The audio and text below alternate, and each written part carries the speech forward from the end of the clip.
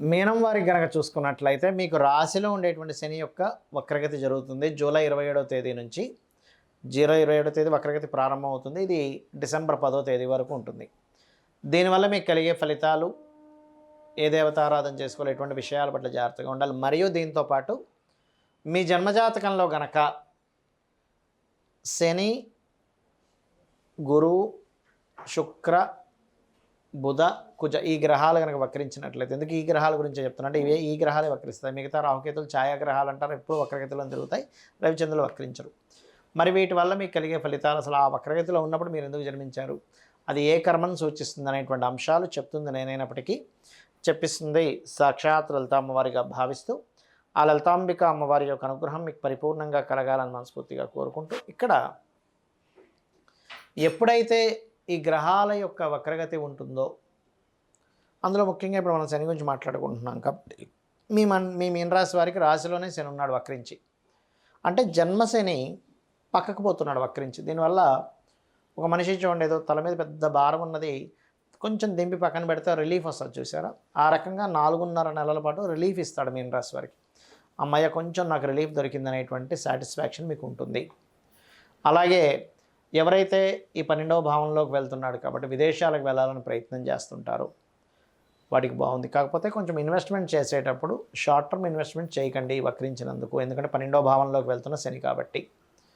అలాగే ప్రాపర్టీస్ కొనుగోలు చేయడానికి అనుకూలిస్తుంది, వివాహంగా అనుకూలిస్తుంది. కాకపోతే మీరు ఆగస్టు మాసంలో మాత్రం ఎట్టి పరిస్థితుల్లో ఆగస్టు అయిపోయే వరకు వివాహం జోలికి వెళ్ళకండి. ఎందుకంటే పర్టికులర్గా మీకు జూలై మాసంలోనే, ఆగస్టు మాసంలోనే, జూలైలోనేమో శుక్రుడు కేతుతో ఉంటున్నాడు, వివాహకారకుడు 6వ స్థానంలో.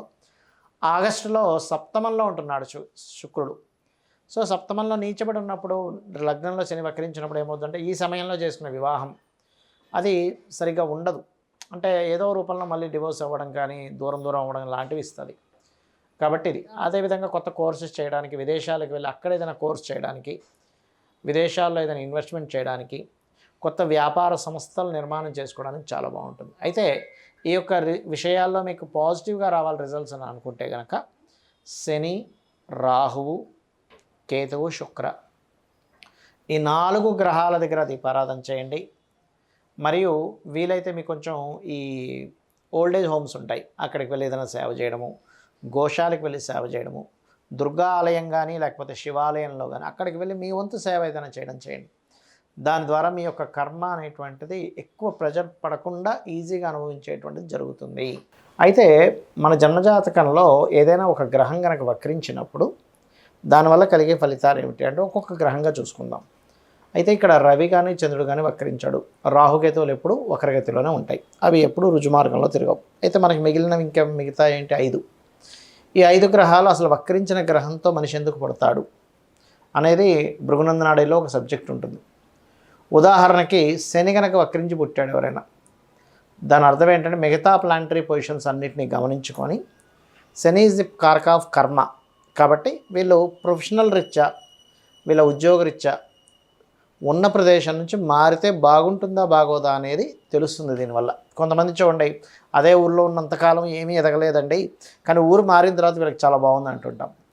అంటే శని వక్రించినప్పుడు అది ఏ రాశుల్లో ఉండి ఏ నక్షత్రంలో ఉండి వక్రించిందో దాన్ని బట్టి వీళ్ళు ఊరు మారితే బాగుంటుందా బాగోదా అనేది ఒకటి చెప్పచ్చు.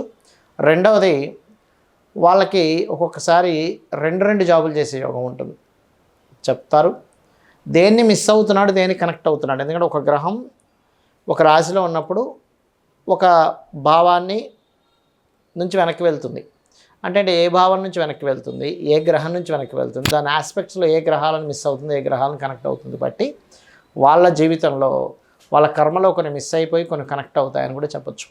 అదేవిధంగా కొన్ని పూర్వజన్మలో ఉన్నటువంటి కొన్ని పెండింగ్ కర్మాస్ వక్రగతి అంటే చెప్పాలంటే, కాబట్టి పూర్వజన్మలో కొన్ని మిస్ అయినటువంటి కొన్ని కర్మలు చేయడానికి వచ్చారు ఈ భూమి మీదకి అనేటువంటిది అర్థం.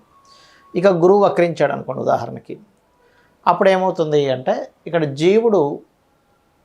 జీవుడు కొన్నింటిని వాంటెడ్లీ ప్రయత్నపూర్వకంగా కొన్నింటిని వదులుకోవాల్సి వస్తుంది, కొన్నిటితో కనెక్ట్ అవ్వాల్సి వస్తుంది. ఒకటి జ్ఞానము, కొంత ఆధ్యాత్మిక సంబంధించిన కొంత ఏదైతే పూర్వజన్మల్లో మిగిలిపోయినటువంటి బ్యాలెన్స్ ఏదైతే ఉందో దాన్ని క్లియర్ చేసుకోవడానికి వచ్చాడు. అది దేవతా కర్మ అనుకోండి, గురువుకు సంబంధించిన కర్మ అనుకోండి, లేకపోతే గురువులు నుంచి అంటే గురువులకి ఏదైనా చేయాల్సింది మిస్ అయిపోయింది, అది దత్తాత్రేయ సంబంధంగా ఉండేటువంటి ఆధ్యాత్మిక కర్మ అనుకోవచ్చు, టీచర్స్ రూపంలో ఉండేటువంటి గురువులు అనుకోవచ్చు, మీకు మంత్రాన్ని ఇచ్చిన గురువు అనుకోవచ్చు. ఏదైనా సరే ఒక పెండింగ్ ఉండిపోయింది, దాన్ని ఫుల్ఫిల్ చేసుకోవడానికి భూమి మీద పుట్టాడు అని చెప్పి అర్థం.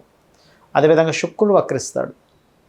శుక్రుడు వక్రించినప్పుడు అది ఎక్కడి నుండి వక్రించిందో చూడాలి, గుర్తుపెట్టుకోండి. సప్తమంలో ఉండి వక్రిస్తేనేమో వివాహ జీవితం విషయంలో డిస్టర్బెన్స్ వస్తూ ఉంటాయి. అష్టమంలో నుండి వక్రిస్తే మంచిది, ఎందుకంటే సప్తమంలోకి వస్తూ ఉంటాడు కాబట్టి.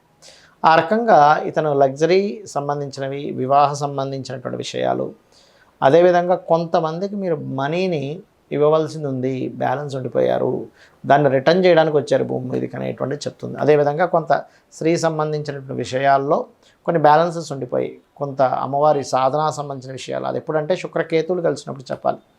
ఈ రకంగా వాళ్ళ యొక్క బ్యాలెన్స్ ఏమిటి అనేటువంటిది ఉంటుంది. అదేవిధంగా బుధుడు వక్రించినప్పుడు ఏంటంటే దాని అర్థం మీరు ఈ భూమి మీదకి నాలెడ్జ్ షేరింగ్ కోసం వచ్చారు. అంటే నాలెడ్జ్ షేర్ చేస్తేనే మీ యొక్క జీవితం ఫుల్ఫిల్ అవుతుంది. చూడండి, చాలామంది దాచేసుకుని ఉంటారు వాళ్ళ నాలెడ్జ్ని.